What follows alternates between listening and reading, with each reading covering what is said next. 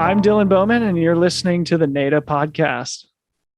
I was just scrolling through your Ultra sign up, actually, in preparations. And you have done, if that's correct, 60 races since 2014. Yeah, that sounds about right. Maybe a little bit more. I think there's some international races that don't properly import the Ultra sign up. So probably somewhere between 60 and 70, I would guess. Yeah, it's been a long career. So I've been lucky to do a lot of races and stay mostly healthy through that time and accumulate a lot of finishes. So I've been around the sport for a while. You know, I sent you some questions beforehand, and I think I'm just going to jump right to it. One of the questions is, how have you managed to stay healthy these years? I mean, mostly healthy. I think a few things come to mind when it comes to longevity and avoiding injury and long-term health. Number one, I think first and foremost, I think I'm just naturally a little bit more resilient because I'm a little bit bigger of a person. You know, I'm naturally like a heavier guy. I think I'm more of like a strength athlete than a speed athlete. And so I think just physically built a little bit more durably. And then the second thing, which I think I've been really good at throughout my career, is just being moderate in my approach to racing, especially, but also to training. Over the course of the last 12 years that I've been competing in ultra marathons, you know, I haven't ever really like stepped over the line to a dramatic degree with overtraining or with something that would contribute to sort of an overuse injury, like a stress fracture or something like that. In fact, for the last 7 years or something like that, I've pretty much run almost the exact same training volume every year, about 3,400 miles. Really? And, you know, I think just that steady consistency over time has allowed my body to adapt to you know, what I put it through, but also I'm never doing crazy training volume. You know, there's a lot of guys who I think are doing 4,000, 5,000 miles a year. I've never done that type of volume. I'm always usually in the 34 to 3,500 mile range per year. And then 1 year in 2019, I broke my ankle, which of course was like an acute injury. It wasn't an overuse injury. And in 2019, of course, my overall volume was significantly lower. I think I did like 2,800 miles that year, but that was because I was injured for many months. So yeah, I think just a moderate approach to the sport, always having a long-term mentality, and then just sort of natural luck of being built a little bit more durably. So what happened there in 2019 when you broke your ankle? I was training for Transvolcania. I was living in Colorado at the time, and we had a very significant year with spring snowfall. So the mountains were very much inaccessible. And as we were approaching springtime, when I needed to get serious about training for Transvolcania, which is in May, I decided to come out to Oregon, where I actually live now. And that was just to get on dry ground to get my training camp in before Transvolcania.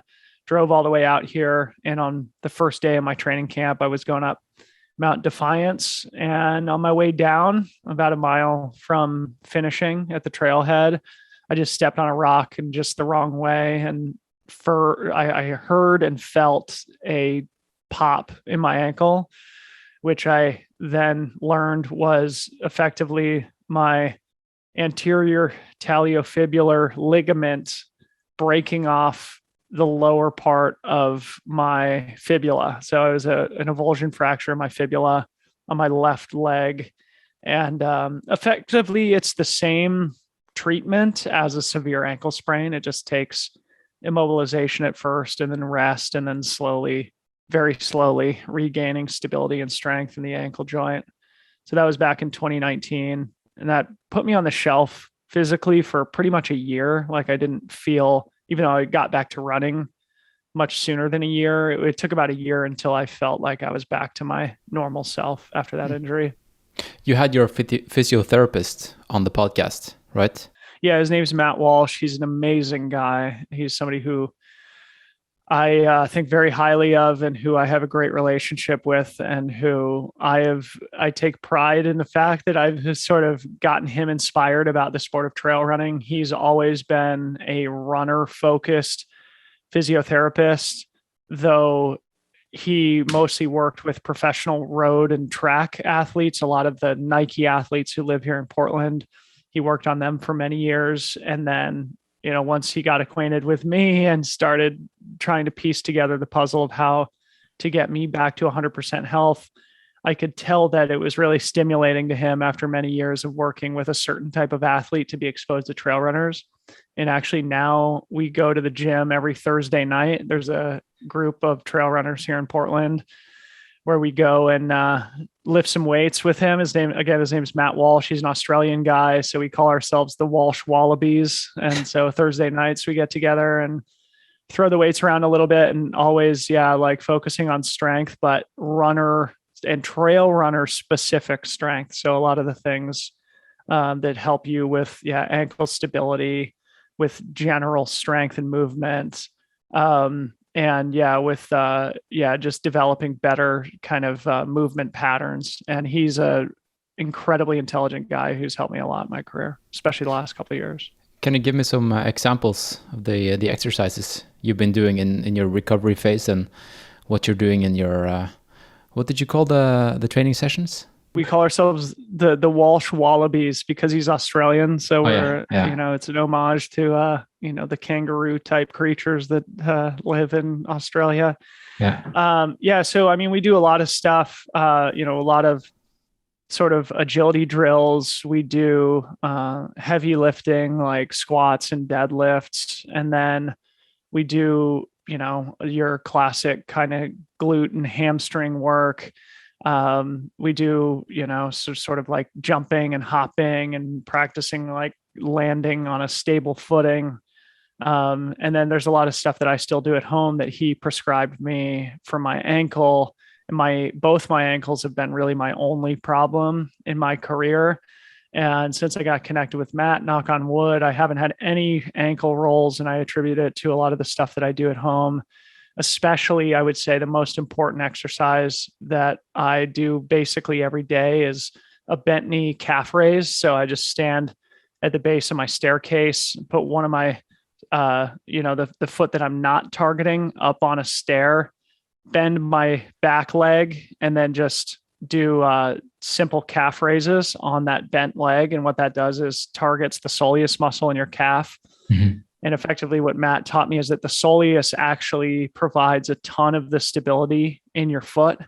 So if it's not firing appropriately, if it's not activating right when you're running, you have the propensity to roll your ankles more. And I think that was definitely the case for me, because since I started doing a lot of this stuff, I've had a lot more stability in my feet and ankles. Not only like in my practical, I guess, subjective experience while running, but also on a confidence level. Because before, I was always nervous about my ankles too. And it was always in my head, even when my ankles weren't necessarily hurting. I was always worried that I was going to roll one of them. Mm-hmm. So, I do a lot of work to stabilize my ankles now. And those bent knee calf raises are kind of the most important and also most simple exercises. That probably impacted your downhill running speed, right? Just your confidence. The confidence is the most important thing. Absolutely. Yeah. And downhilling is where you have to be more careful of your ankles. Of course, when you're going uphill, you're moving a lot slower. So you're less susceptible to sort of a quick, hard, traumatic roll of your ankle. So it's definitely helped not only, just the technique, but the confidence. Mm. So what's your history in sports, Dylan? I know you did lacrosse in college, but how did you transition over to running? Yeah, so I played lacrosse in college, which is a great field sport game, most popular here in the US.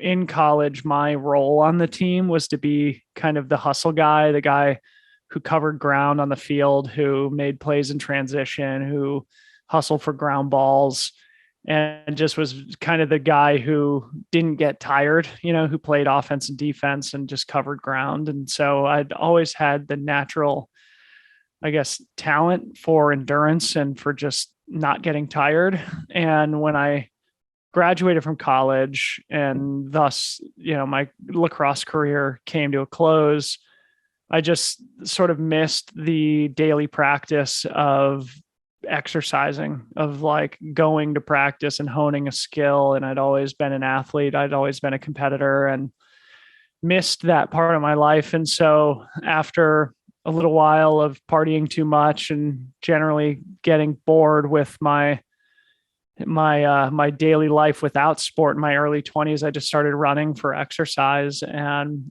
I was living in Aspen, Colorado at the time, which is a mountain town, a mountain destination with incredible trail access. And so it just became natural that when I started running for exercise, that I would just start running on the trails. And then, of course, you learn about races. In my case, it was the Leadville 100 that provided my initial inspiration. And as soon as I learned about that race, I think I was 23 at the time, I just was resolved to doing it. And it became sort of my mission in life. It became my obsession. And then the following year in 2010 was my first running of the Leadville 100. And, life has never been the same since. So your first race was Leadville? It was my first 100-mile race. I had done two 50-milers. I had done two 50-milers before I did the 100. And how did it go? Did you finish? It went well. I finished third place, which was well ahead of what I thought I was going to be doing. I didn't go into it with any competitive goals. I went into it very much like I just want to finish. And I think because I had that attitude, it went way better than it otherwise would have if I was competitively motivated. But because I was resolved to just get to the finish line no matter what happened, I just ran smart. And other people had problems that I didn't have. And so, in the second half of the race, I was just able to kind of slowly move through the field and finish third place in my first 100-miler, which was a big surprise to me. Only a year after starting running, it was a big surprise to my friends and family who were there to root for me. And like I said, it sort of just changed my relationship to the sport. It changed my view of what I was capable of doing. And again, like I'm sure all your listeners can identify with, it becomes addicting to see that progress and to set new goals and to chase those goals. And I've always been a mountain person, always been inspired and motivated by outdoor sport. And so it was just the perfect sport for me to find at that stage in my life. And that initial experience at Leadville was just like at that point, a peak life experience, and inspired me to do more. Did you ever miss the team sport aspect and the locker room talk? Because I'm assuming that's a big part of lacrosse. Yeah, 100%. I definitely loved my time as a team sport athlete. The guys who I played lacrosse with in college are still some of my best friends in the world. In fact, I was just back in Colorado, where I grew up, last week for the Thanksgiving holiday here in the United States, reconnected with a few of the old lacrosse buddies, and just reminisced old times. And I do love and miss that stuff. And I think it's so valuable in life. I think that's one of the things about team sport that you don't necessarily get from individual sport, is just the cultivation of deep personal friendships.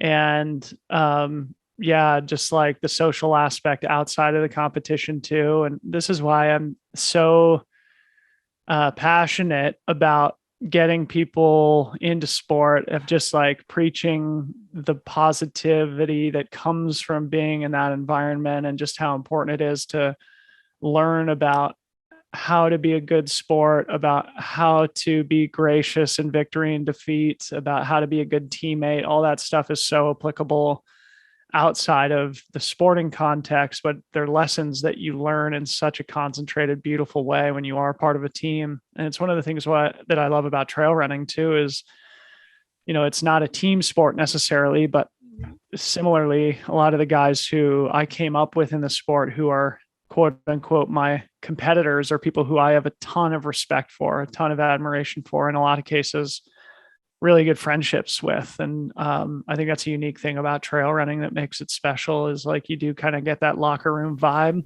even among competitors. Yeah. We met back in 2017.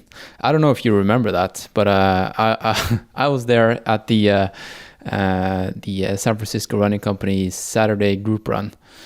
Right, I remember. Yeah.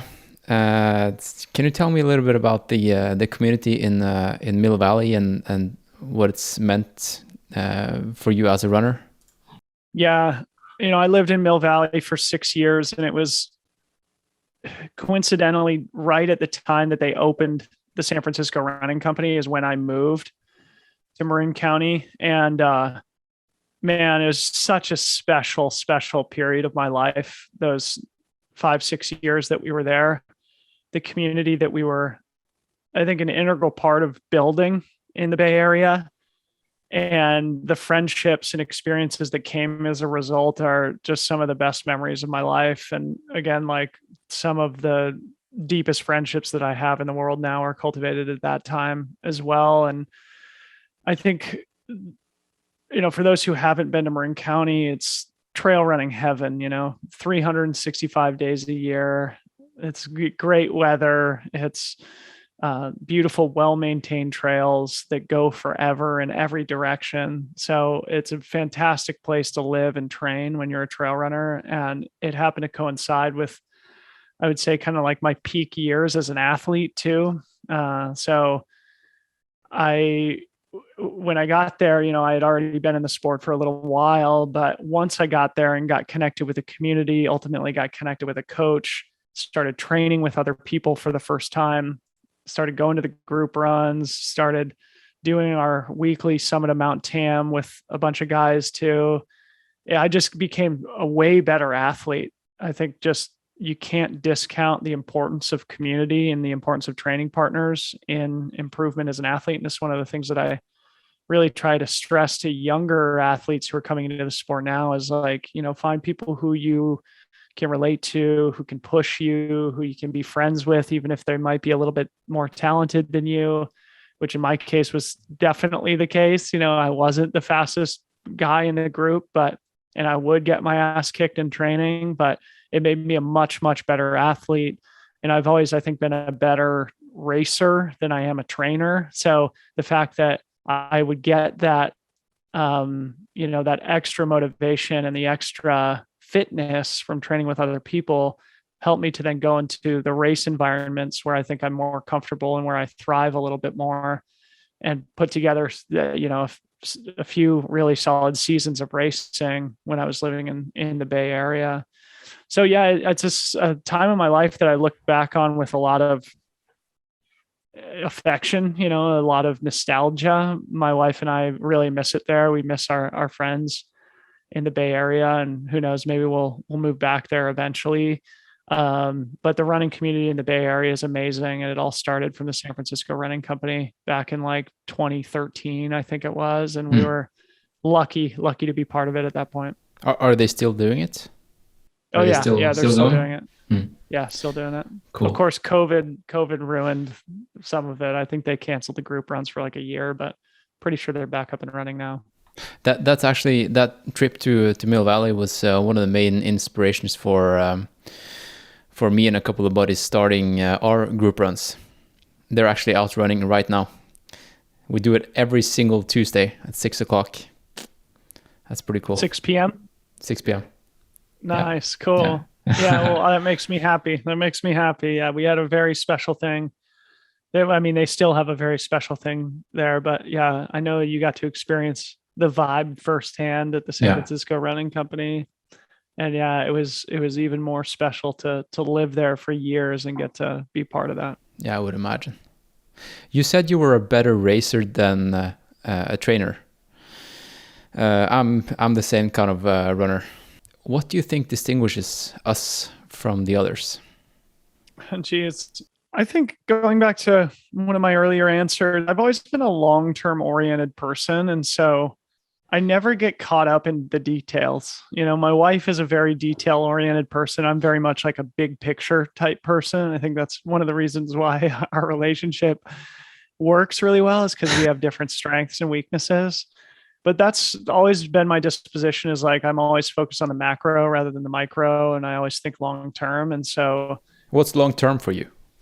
well, I don't know. I guess I'm always looking for like consistency over victory. It's like I would much prefer to have a long, solid, healthy career than be the best in the world for 2 years and then get injured and never race again, Yeah. And I think there's other athletes who would take the opposite approach, who, are probably great trainers and who knock it out of the park every day in their workouts and in their long runs, and who are constantly like on the red line. And for me, it doesn't motivate me. It doesn't feel like it would be sustainable for me. I don't think it would lead to being a better athlete or better performances. And so, yeah, I'm always focused on the macro. And so individual workouts, yeah, I want to do them, but I want to do them solidly, not like knock it out of the park like it's a record breaking type workout experience for me. It's all about like, okay, just piecing together multiple weeks, months in a row of just solid, consistent training. And I think that is, but then critically, yeah, when I get to a race, I am good at competing. I've been an athlete my entire life. I'm good at, I think, going to the bottom of the well and leaving it all out on the course. It's very rare that I finish feeling like I could have done better, oftentimes I finish knowing that I made mistakes and I should have done better, but not like, oh, I didn't like push hard enough. I always push hard enough in races. So that's what I mean by being a better racer than trainer, is like, I think I outperform my fitness level. And, because I'm really experienced and because I think long-term and because I'm focused on consistency, I think oftentimes I'm able to outperform or beat people in races who are clearly more talented than me as athletes. Yeah. You said you peaked during your years in Mill Valley, but wouldn't you say that your peak performance was Hardrock 100 this summer?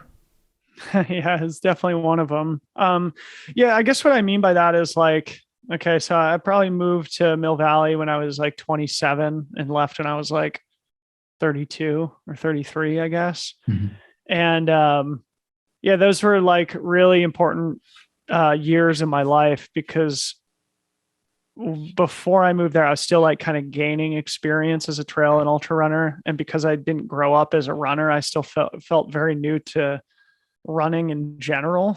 And then ultimately I got connected with my coach, and my improvement just started, going up and to the right. And then of course, like my motivation was really high, not only because I was getting better race results and because I just genuinely love the sport, but because I was connected with this community. And I mean, I definitely still feel like I have a lot of gas in the tank and a lot of hopefully great race performances still in me.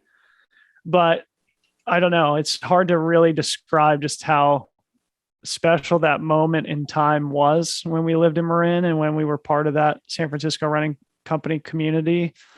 And so, I guess I don't necessarily mean my peak years in that, now I'm old and washed up or whatever, although I am aging. What I mean is that, it's just a special point in my life, not only as an athlete, but also like sort of psychologically and in my overall human development. And I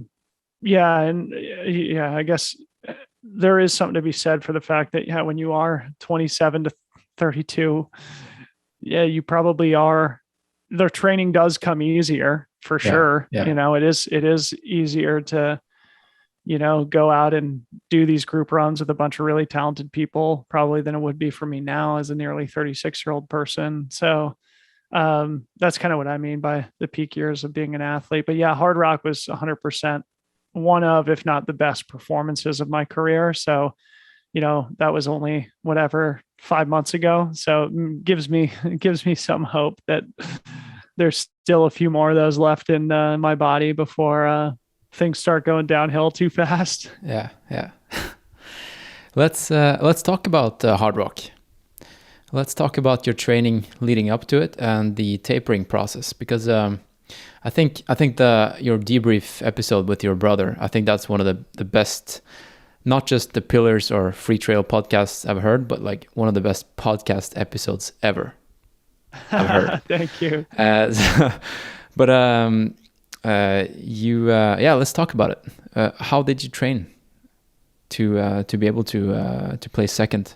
Yeah. All right. So I'll try and make this a quick answer, but bear with me. So I guess the greater context of the training leading into Hardrock also included a couple of FKT projects that I was doing at the beginning of this year in 2021.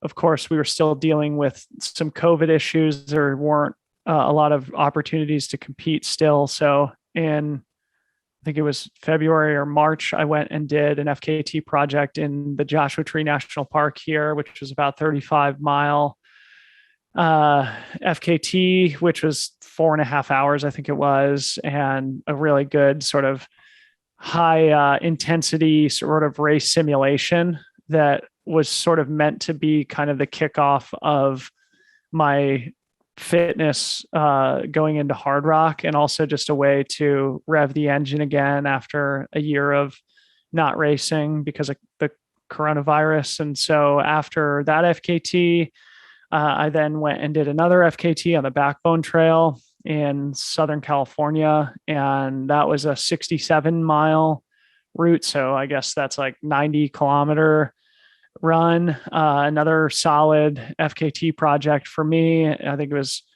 just under 10 hours of running. And the two of those FKT projects were sort of the cornerstone of my overall preparation. I'm the type of athlete that likes to use those more acute race or race simulation experiences to kind of build the fitness and the strength going into what was my A goal at Hardrock. So then after the Backbone Trail, of course, I did some recovery immediately afterwards, and then went out to Mammoth Lakes, California to do sort of a high altitude training camp for 6 weeks prior to going to Silverton to do the Hardrock race itself. And so those 6 weeks were pretty much all about just kind of long, slow days in the mountains, trying to get up to high altitude quite a lot. Of course, the Hardrock race is at an average elevation of 11,000 feet. So altitude acclimatization was really the core focus of that training camp.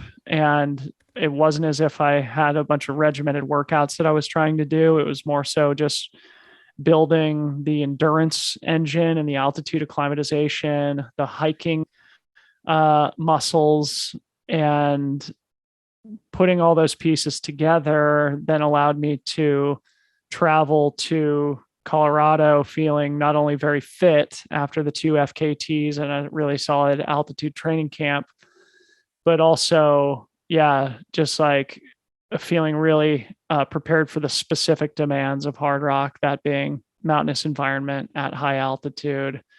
And also just the fact that I was very motivated after getting pulled in the lottery 2.5 years before, having the race canceled twice, and then finally getting my opportunity. All those factors, I think, created this perfect recipe for me where I arrived feeling not only really fit, but also really excited for the race.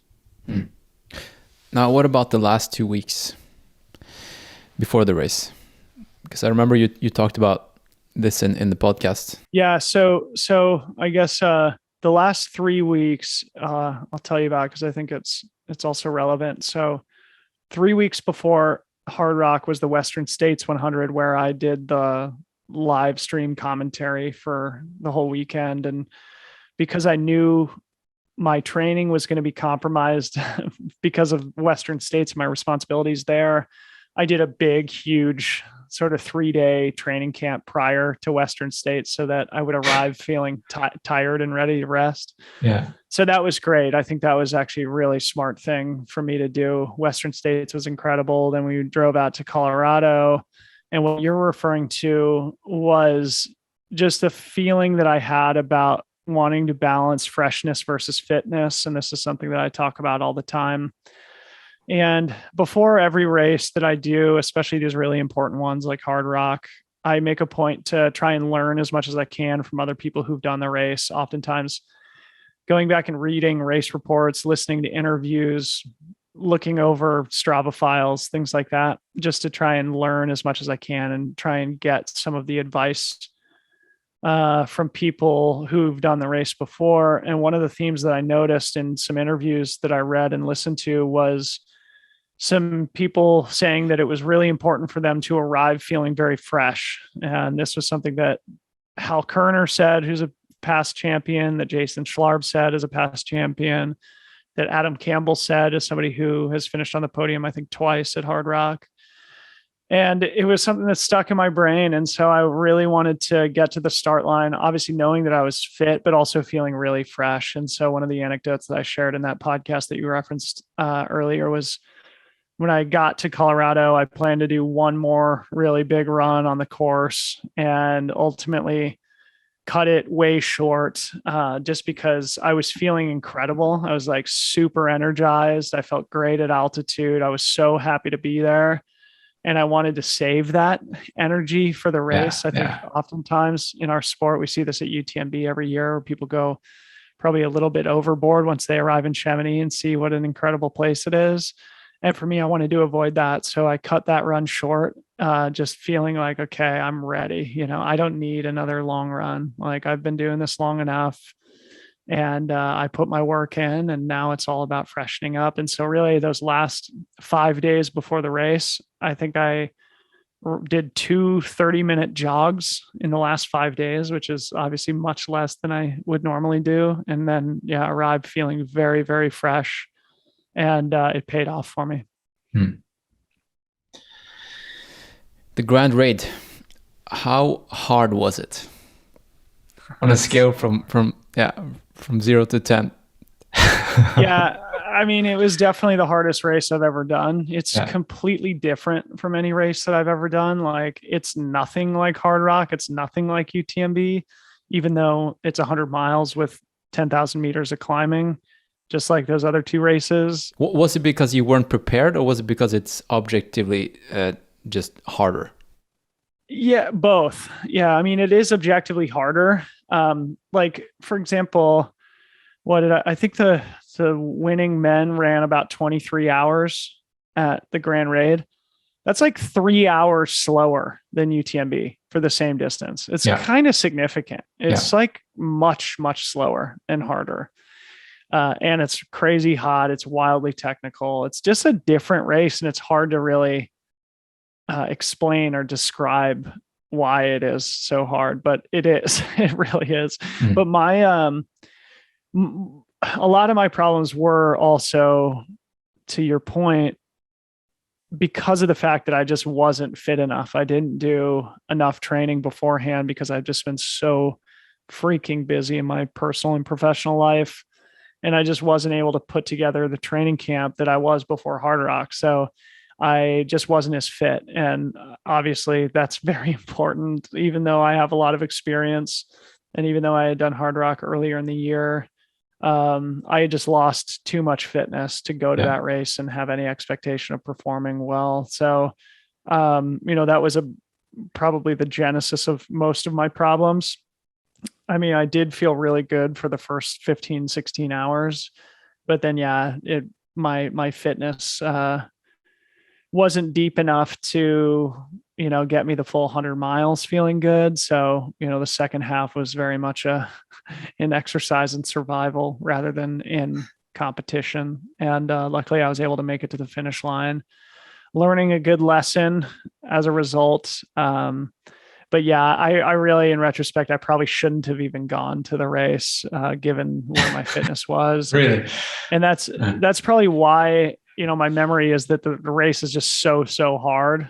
A lot of that is probably because I just wasn't fit enough to go into it. And with better fitness, it probably wouldn't feel quite as hard. Yeah. Let's talk about your transition in your professional life the last year. You went from having a full-time job to quitting that job and going all in on the FreeTrail project. What has that process been like? Has it been stressful? Yeah, yeah, it's definitely stressful, but In a good way, or? yeah, definitely in a good way. I Yeah. mean, I am incredibly motivated and passionate and obsessed with what I'm doing right now. I I can tell. I can see it in your eyes. Yeah, I genuinely get a ton of joy out of it. And actually, I feel similar now at this point in my professional career to how I felt when I was 25 as an athlete, where I'm just obsessed with learning about the business and the industry and the different business models that we could potentially employ, and then thinking about longer term strategy and how we can get there. It's all very much like training. It's like piecing together this puzzle, and it's incredibly motivating and fun for me. That's not to say it's without its challenge, but effectively, we're trying to create what I hope is a really important media and training and lifestyle business in trail running, right? And so we've got multiple different offerings. We have, podcast and content business. So, my podcast I've been doing now for a couple of years, and we added a second show to our network called Trail Society, which is co-hosted by three incredible professional athletes in our sport: Keely Henninger, Corinne Malcolm, and Hillary Allen, three American women who are not only great athletes, but also great ambassadors for the sport and highly intelligent people with thoughtful, considered opinions on the state of the sport, and also, clearly passionate about the women's side of the sport, which is something that I'm passionate about too, but can't really speak about in a way that they can, obviously. Yeah. And so that's something that we have been very excited about recently. And then we just put out our first sort of feature length film, so that's sort of the content side of our business, and we do plan to expand that in a lot of different ways here in the next 12 months.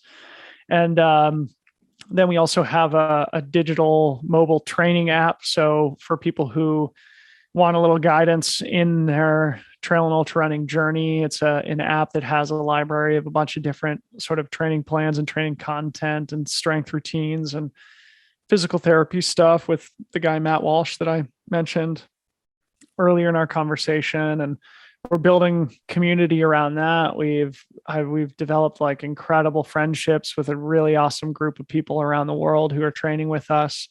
And we have a lot of really exciting plans for the expansion of our business that I can't really talk about now. But what I will say is that we are going to be getting into sort of the event space here in 2022. And, like running camps, training camps? Yes, that and some other stuff that I guess we'll be announcing soon. But yeah, we like I said, I want us to be a platform and a destination for basically everything that you could possibly need, right? So from getting inspired to do a trail race, to learning how to use poles and get better on technical downhills, to facilitating the growth of meaningful friendships in people's lives, to providing good informed commentary about the state of the sport and the industry, to then connecting people in real life, whether it's through live podcast tours, races, camps, things like that. We'll, start sort of selling merch. You can see my hoodie right now. I'm wearing. Oh yeah. So nice. Yeah, we'll probably, sort of sell some of that stuff too. But really what we're trying to do is create a community, right? And, our sort of tagline, our hashtag is trail culture, right? And so one of the things that I'm just really passionate about is spreading the culture, and I think you and I both know that it's such a special community, such a special vibe and feeling in our sport. And I think it has the power to really help people and change their lives. And that's what we're trying to be part of. We're trying to make an impact on people's lives using the sport as a tool. And in the process, we want them to, sort of feel like they're at home and like they have a place to go and feel like they have friends and a network of people that they can reach out to, whether it's needing help in training or they're going through a tough point in their life. That's what makes the sport special. And so that's kind of what we're trying to build within the sport with FreeTrail, is like content, community, culture, epicenter of our sport. And it's a big vision. And like I said, I'm a big picture type person, and so we've my wife is also very important partner in this project, as well as our colleague Ryan Thrower, and they are much more detail oriented and okay, how can we execute on some of these ideas in the micro sense? And like I said, I'm more of a macro focused person, but that's kind of what we're focused on. We know it's going to be a long road ahead, but I think we've got some really interesting things in the works that we'll be announcing here soon that I think people will be surprised about, honestly. And I think there's really no limit to what we can do, because we're all super, super passionate about it. Amazing, man.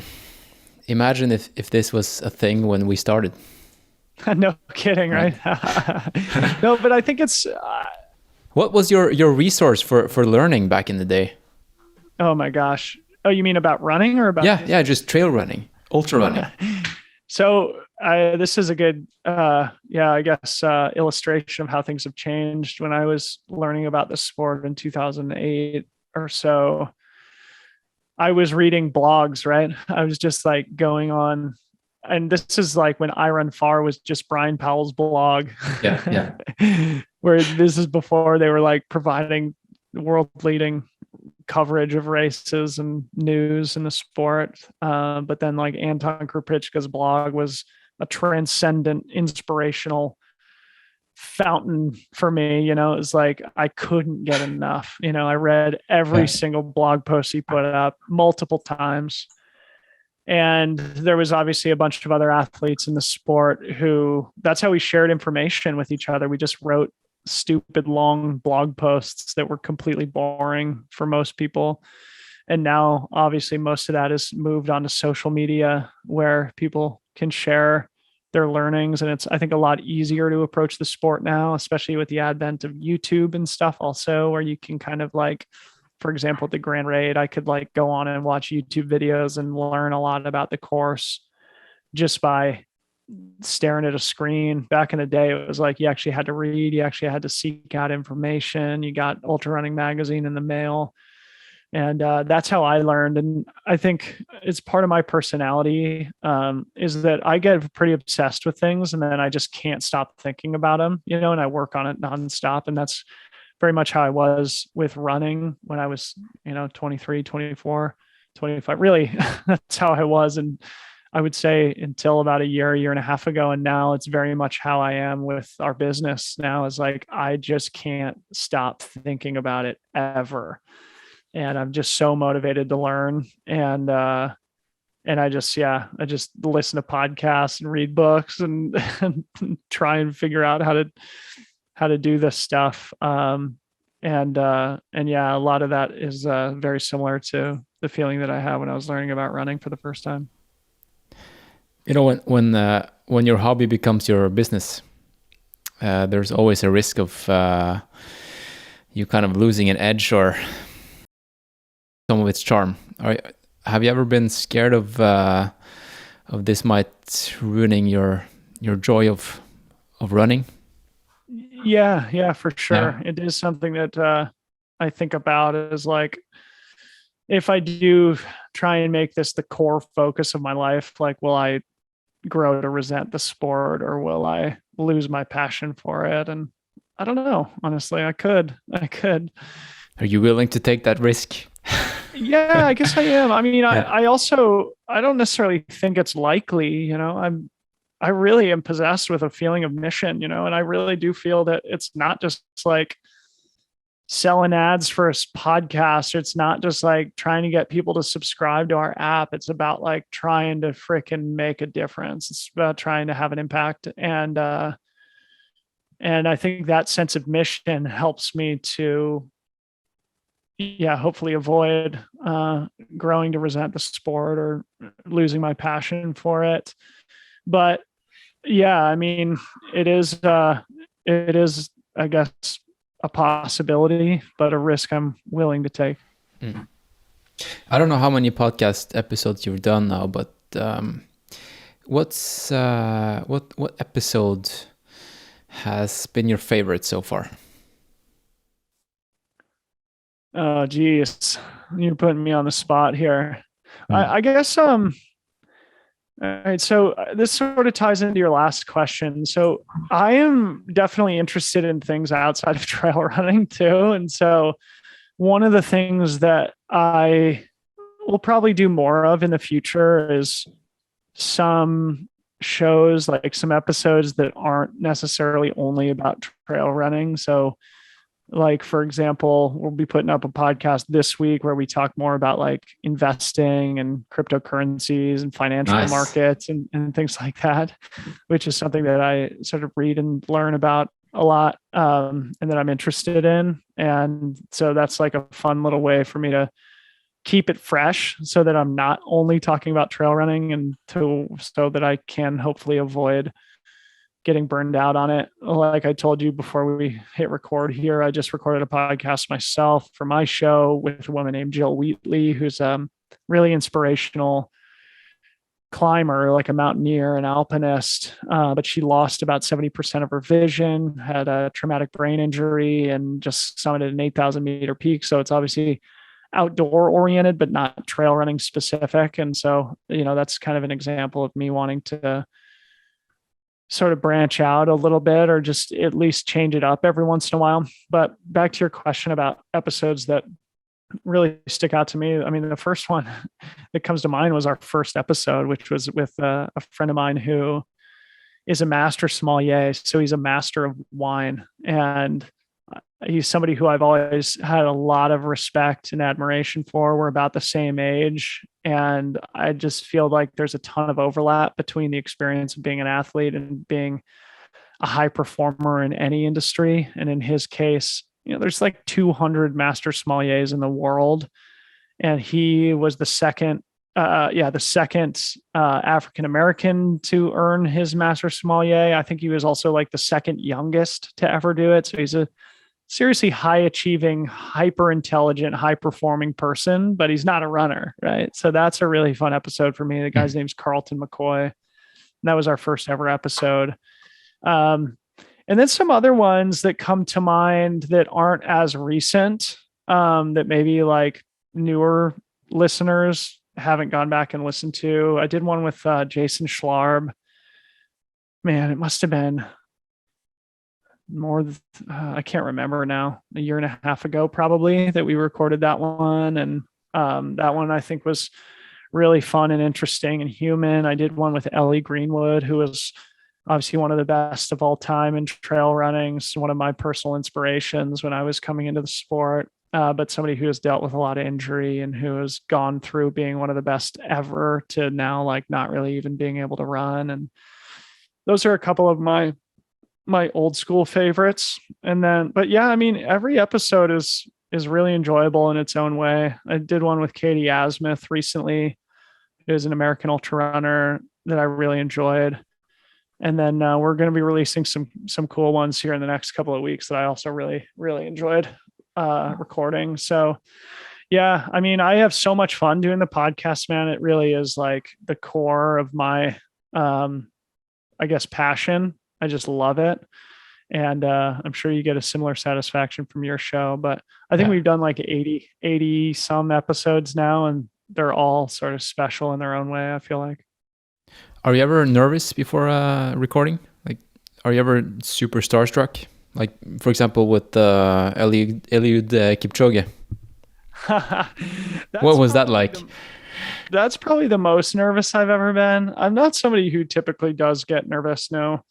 But that one was really cool. Yeah, that was really cool. And it was obviously an honor to be able to sit and chat with him. Only just admire him so much as an athlete, but he's like just such a seemingly kind, gentle, enlightened soul. So it was great to be able to have the opportunity to chat with him. It was only for 15 minutes, but actually one of the funny things is that's maybe our least listened to episode in the last at least year and a half, probably, which is interesting. I think it might have something to do with the fact that we have really sort of carved our niche in trail running, and that our audience is very focused on trail running. But it was really surprising to me. And it could also be that it was only 15 minutes and people just wanted something a little bit more long form. But it was really cool for me, even if not as many people listened to it.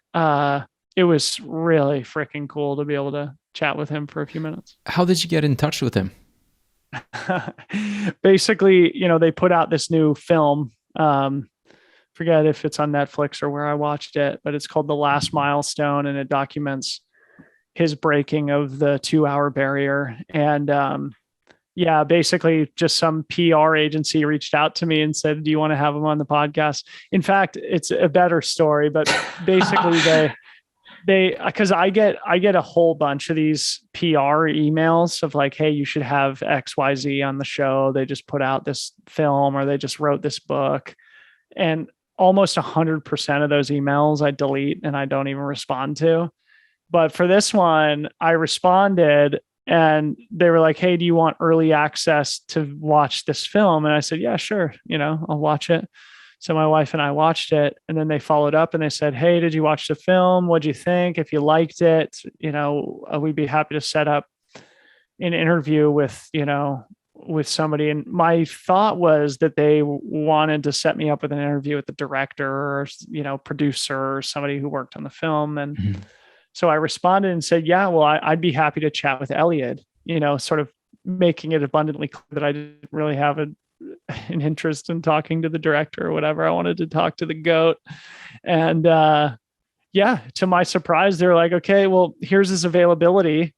And it happened to be when we were in Chamonix for UTMB. And it was you have to take this opportunity. Otherwise, you're not going to be able to talk to him.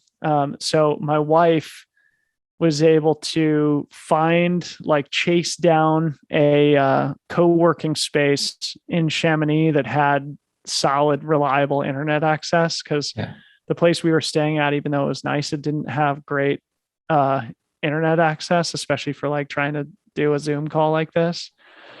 So it was hectic. I ended up in a broom closet in the basement of some co-working space in Chamonix talking to Eliud Kipchoge. It was freaking awesome. It was so freaking cool. My wife actually was out in the main sort of foyer there outside of the closet that I was recording in. And she was taking videos of me, just in the weirdest, most freaking bizarre basement environment, to just have reliable internet so that I could record this important conversation with Eliud Kipchoge. So yeah, it's a funny memory in my podcasting career.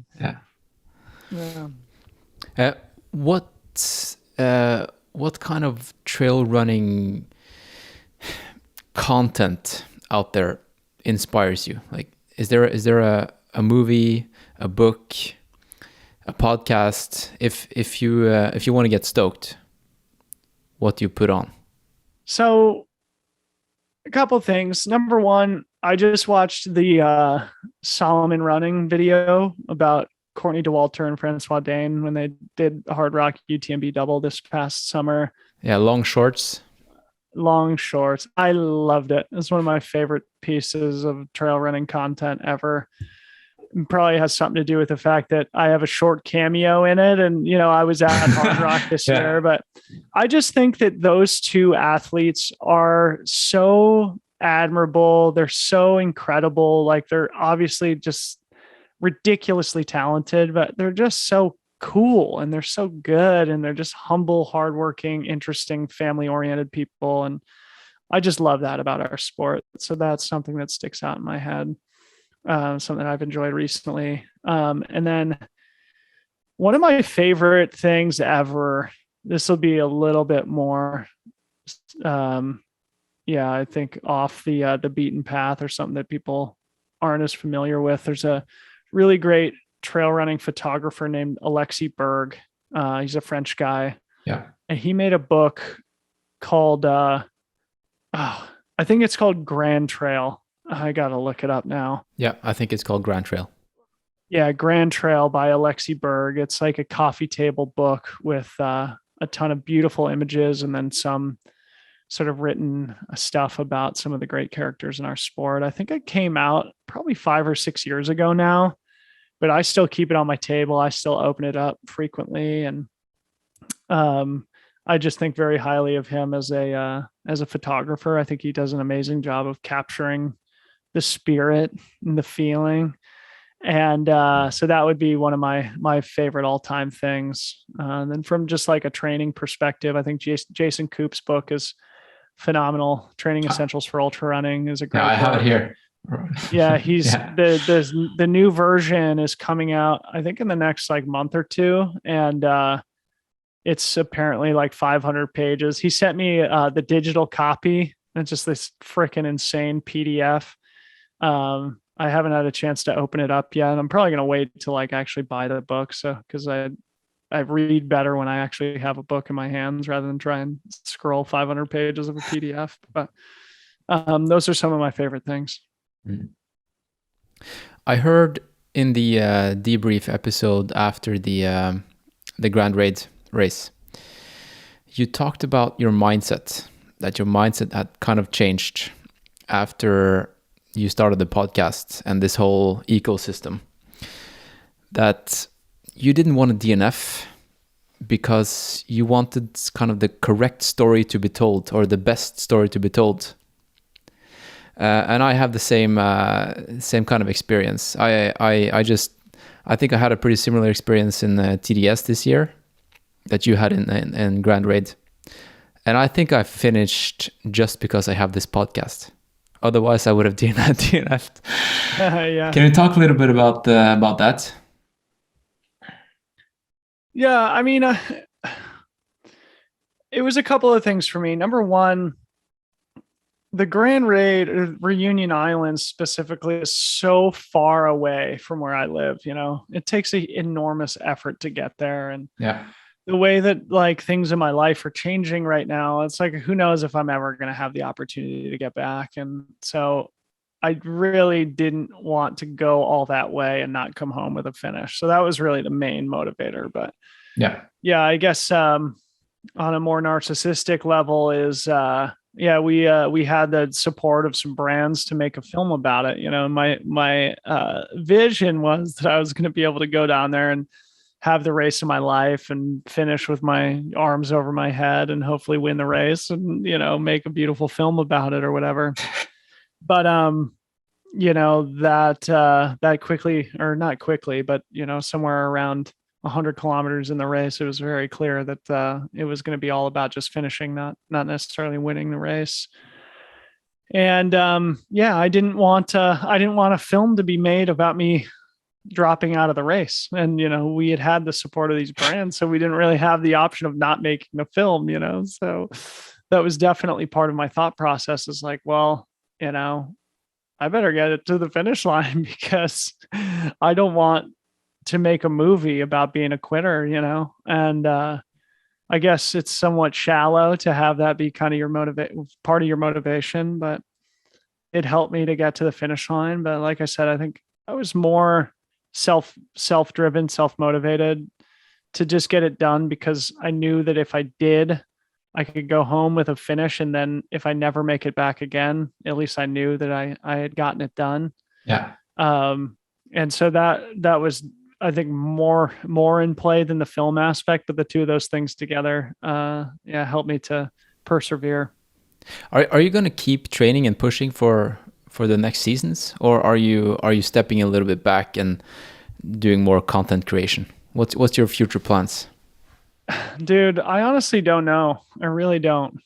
No? Like I said a couple of times, I am completely obsessed with what I'm doing right now, and to the point where it's probably taken some of my motivation away from just being an athlete. And there were years of my life where that's all I cared about, was just being as good as I could be as an athlete. And I think those days are definitely behind me now, where I definitely still feel motivated to train and compete and travel and be part of that side of the sport. But I just feel like I have a unique opportunity right now to really not only build a business, but be of service to the community. And I don't know, I feel like it's an opportunity that I'm uniquely positioned to take advantage of, or like, it feels like something that I'm almost meant to do, like that I am called to do this, and I have been able to do a lot of incredible things already in my career. I've been able to experience a lot of the races that I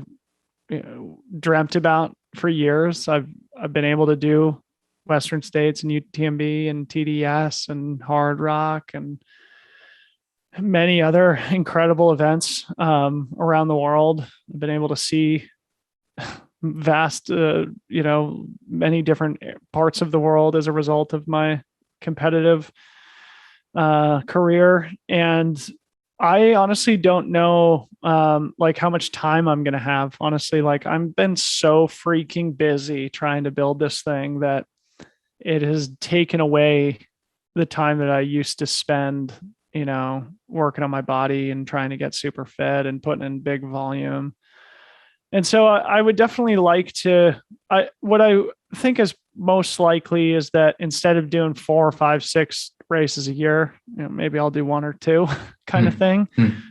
But hopefully still try and compete at a very high level for those smaller number of races. But yeah, I think that I'm certainly closer to the end of my professional racing career than I am at the beginning, for sure. Yeah. And but at the same time, it doesn't take anything away as it pertains to my love of the sport. In fact, that's at an all-time high right now, and I don't need to be a professional athlete in order to really love the game. And I view that as a blessing. I think that I can have an impact in a different way. In fact, probably in a bigger way with what I'm working on the side rather than just being an athlete.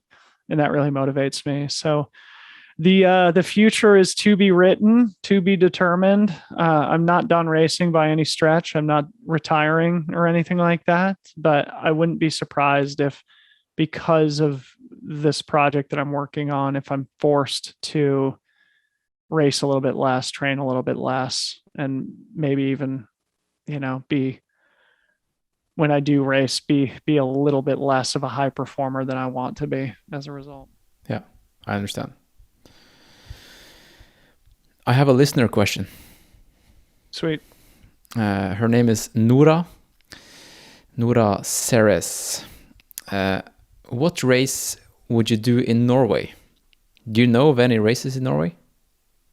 Isn't there there's one 100-mile race that I've heard of whose name I can't remember now. Well, we don't have that many 100-mile races. Wasn't there one on the Ultra Trail World Tour, like a Discovery list, or was that in Finland or something maybe?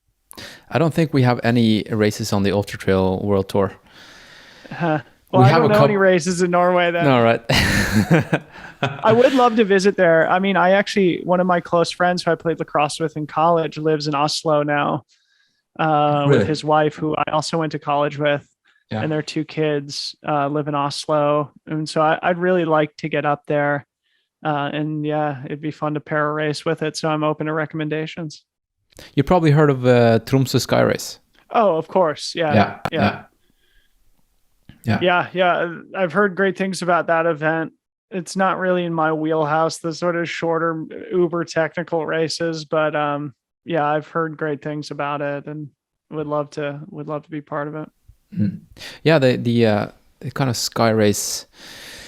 First of all, you Americans need to stop saying sky running races. It's a sky race. I hear it so often. But there's this kind of us versus them thing going on between the US and Europe or the rest of the world. But there are 2 very different cultures when it comes to trail running. What do you think we can learn from each other? I don't think there's necessarily a us versus them mentality in any sort of adversarial way. I think there's still a spirit of camaraderie and community. Oh yeah, it's a friendly us versus them. Yeah, I mean, clearly the Americans have had problems racing in Europe. I mean, it's well documented, especially the men. I mean, I should emphasize that the American women have been amazing in Europe forever, but yeah, American men at UTMB have never performed to our potential. You know, obviously Tim Tollefson's been on the podium a couple of times. And then in the shorter races like CCC, we've done well. But yeah, I think we still are kind of learning the mountain running. I think the best way I can put it is that the sport in the US was born out of running, whereas I feel like the sport in Europe is born out of mountaineering. And I think just the love of mountain sport in Europe is different than it is in the United States. Like, you know, for ski racing and, you know, the mountain stages of the Tour de France and certainly sky running and ultra running. It's more like mountain oriented. And I think in the US, where most of the best athletes are like just great runners, not necessarily great mountain athletes. And so there's been a learning curve to get better in the mountains.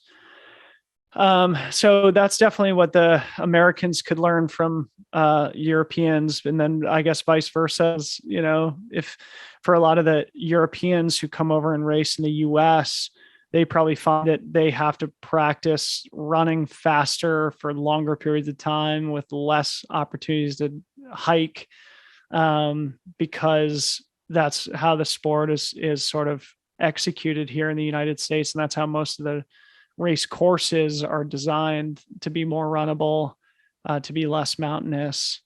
And so, yeah, I think, you know, similarly, aside from Kilian Jornet, we've never seen a European, well, and I guess Beth Pascal this past year, but we haven't seen a European win Western States, which is a very, very runnable race. So it's similar, right? Like the Europeans have a learning curve when they come over here. We have a learning curve when we go over to Europe.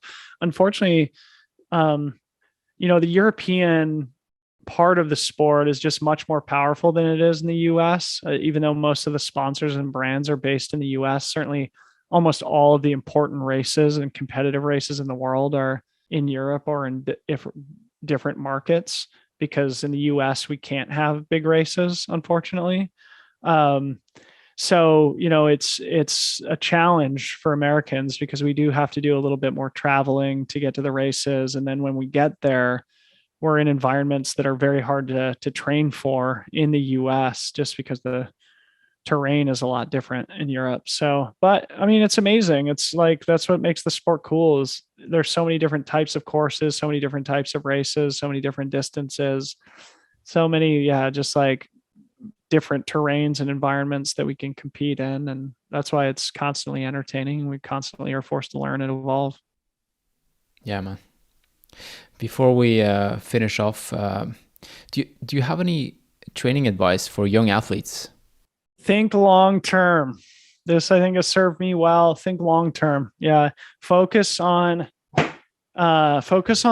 just gaining experience rather than like crushing the competition, right? Just gain experience and learn and make that your focal point. And as you gain experience and learn and make mistakes and iterate based on those mistakes, you just naturally get better and then your performances get better. So that would be the approach that I would take. Focus on the process, think long term, and emphasize just gaining experience rather than like finishing on the podium.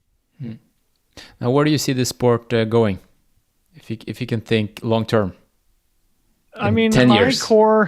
my core thesis is that this is the coolest sport in the world, and that once we can get it in front of more people, we can change the world. And I mean, really, one of the things I think about a lot is the analog to where the UFC is, the Ultimate Fighting Championship, and boxing, right? Is like, I think we can all agree that trail running is so much cooler than racing on the track or doing a road marathon. And it's only a matter of time until everybody understands that, right? And if we look at the UFC 15, 20 years ago, boxing was like the thing. That's like the combat sport was all about boxing, and people viewed the UFC as being this barbaric, stupid, crazy sport. It was like watching porn, right? Yeah. Now the UFC dwarfs boxing, and all the best athletes go and fight MMA rather than boxers. There's like 5 boxers in the world that are relevant, and there's 100 UFC fighters that are relevant. And I feel that we're on a similar trajectory with trail running. I think it's only a matter of time until people realize that our sport is just way, way, way, way, way cooler than track racing, than road racing. And for example, like the Olympics this past year, I just thought it sucked. I thought it was the worst Olympics ever, and except for the Norwegian Karsten Warholm. Right. That dude's a beast. And the guy who won the triathlon too, right? Oh, yeah. Actually, weren't the top 3 guys in the triathlon all Norwegians or something? We have three guys just crushing it. Yeah. Anyway, you guys are beasts. Yeah, you Nordic guys are built for endurance. But I don't know. I thought it sucked. I thought the track racing sucked. I thought it wasn't entertaining. I don't think they're good at telling the story. So it's like, that's my whole mission now, is like, I want to tell the story. I want to spread the word. I want to show people how cool our sport is. And I think if we do it effectively then we have our UFC moment 15 years from now, and road running is irrelevant. Here to entertain you, bitch.